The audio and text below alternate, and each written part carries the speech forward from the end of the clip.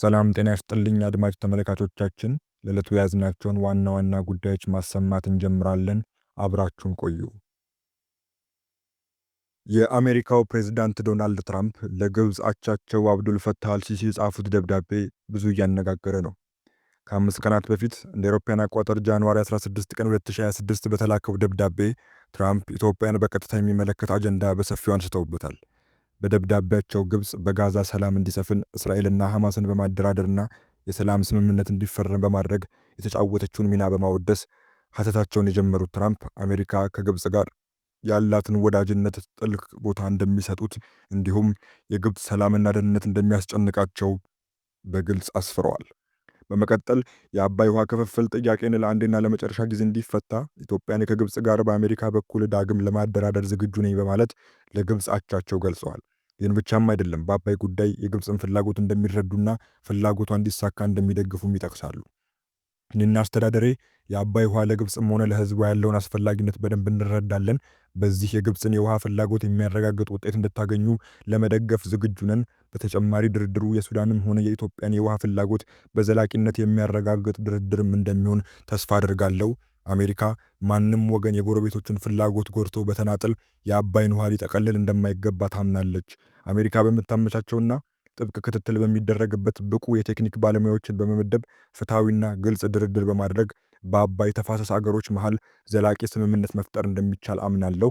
ይህ እንዲሳካ በማድረግም ኢትዮጵያ የተረፋትን ለግብፅና ለሱዳን በመሸጥ ጭምር ከፍተኛ የውሃ ኃይል እንድታመነጭ ማስቻል ብቻ ሳይሆን ግብፅና ሱዳን የተራዘመ ድርቅ በሚገጥማቸው ጊዜ ተጨማሪ ውሃ የሚያገኙበትን እድል ማረጋገጥ ይቻላል። በኢትዮጵያ ታላቁ ህዳሴ ግድብ ሳቢያ የሚነሱ አለመግባባቶችን በዘላቂነት መፍታት በመካከለኛው ምስራቅ ዘላቂ ሰላም ለመፍጠር ከማደርጋቸውና ቅድሚያ ከምሰጣቸው አጀንዳዎች አንዱ ነው በማለት የሚያትተው የትራምፕ ደብዳቤ አሜሪካ በህዳሴ ግድብ ጉዳይ ጣልቃ መግባት ፍላጎቷ መሆኑን በግልጽ አስታውቋል። ይህ የትራምፕ ደብዳቤ በመዝጊያው ላይ ግልባጭ ብሎ ለሳውዲ አረቢያ አልጋ ወራሽ መሐመድ ቢን ሳልማን፣ ለተባበሩት አረብ ኤሚሬትስ ፕሬዝዳንት መሐመድ ቢን ዛይድ፣ ለሱዳን ሉዓላዊ የሽግግር ምክር ቤት ፕሬዝዳንት ጀኔራል አብዱል ፈታህ አልቡርሃን እንዲሁም ለኢፌድሪ ፕሬዝዳንት ታዬ አጽቀሥላሴ መልእክቱ እንዲደርሳቸው ተብሎ በስም ይዘረዝራል። ይህ የዶናልድ ትራምፕ ደብዳቤም ኢትዮጵያ መስከረም ላይ በይፋ አስመርቃ ስራ ያስጀመረችውን የደቀቀና ያለቀ ሊባል የሚችለውን የታላቁ ህዳሴ ግድብ ጉዳይ ዳግም ወደ ድርድር ጠረጴዛ እንዲመጣ አሜሪካ እንደምትፈልግ በግልጽ የሚጠቁም ነው።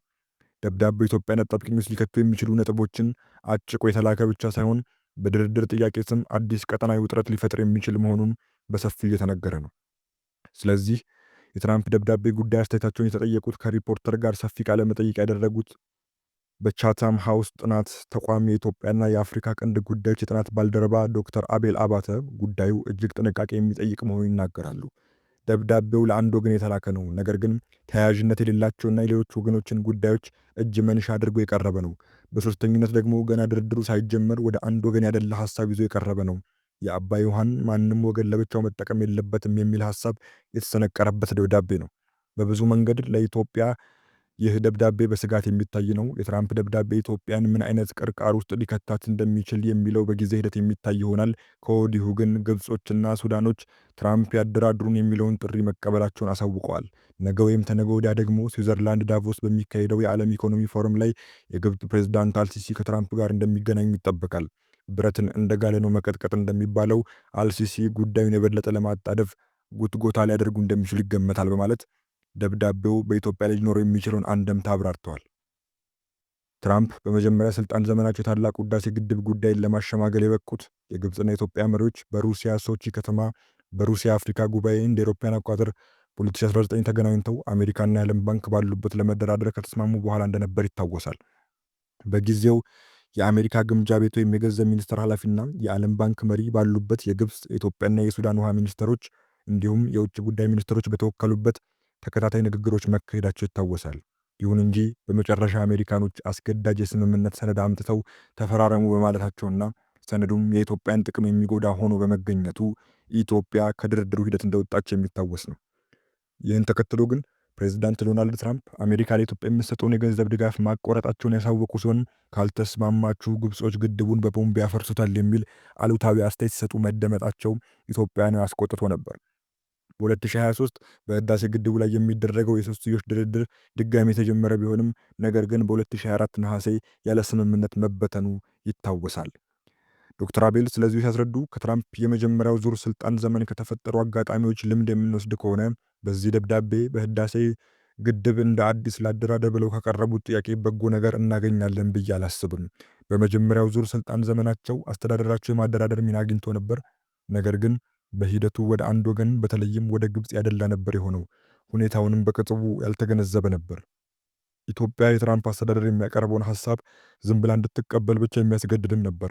ትራምፕ አሁን በሁለተኛ ስልጣን ዘመናቸውም ቢሆን እንደምንታዘበው ሁኔታዎችን በበቂ ሁኔታ ባልተገናዘበና ባለሙያ ተተንትኖ ባልቀረበ ሁኔታ ፖሊሲዎችን ለማስፈጸም ኃይል የተቀላቀለበት መንገድን እንደሚከተሉ እያረጋገጡ ነው። በለንደን የሚታተመው አሽራቅ አልአውሳት አረብኛ ጋዜጣ የግብፅ ፕሬዝዳንት አብዱል ፈታህ አልሲሲ የትራምፕን ሀሳብ በደስታ እንደተቀበሉት መግለጻቸውን ዘግቦታል። በኤክስ ገጻቸውም ከኢትዮጵያ ጋር በአሜሪካ አደራዳሪነት የሚካሄድ ድርድር ለመጀመር ተዘጋጅቻለሁ፣ የአባይ ውሃ ክፍፍል ጉዳይን በኃላፊነት ስሜት ለአንዴና ለመጨረሻ ጊዜ ለመፍታት ተዘጋጅቻለሁ ብለው መለጠፋቸውንም ዘገባው ጠቅሷል።